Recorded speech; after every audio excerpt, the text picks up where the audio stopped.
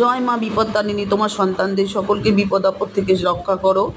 আপনারা জানেন আগামীকাল বিপত্তারিণী পুজো, আর একটা আসছে মঙ্গলবার সামনের সপ্তাহে। কারণ সোজা রথ থেকে উল্টো রথের মধ্যে যে শনি ও মঙ্গলবার পড়ে, তার দুটোতেই বিপত্তারিণী পুজো হয়। আপনারা যে কোনো একটাতে পুজো করবেন।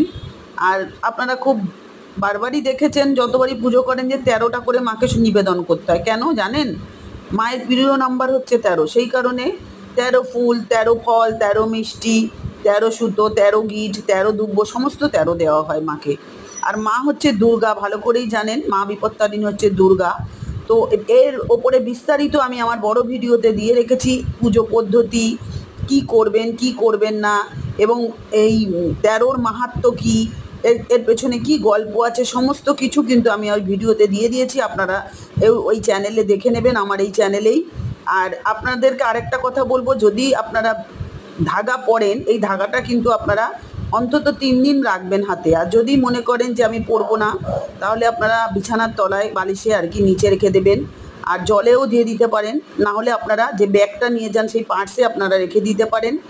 আর যারা চাইবেন তারা সারা বছর এটা ব্যবহার করতে পারবেন, কারণ মায়ের এই সুতোটা হচ্ছে আমাদের রক্ষা কবচ, আমাদেরকে রক্ষা করবে। তাই আমরা সবসময় এটা পরে থাকলেই আমাদের জন্য ভালো, যা সময় চলছে।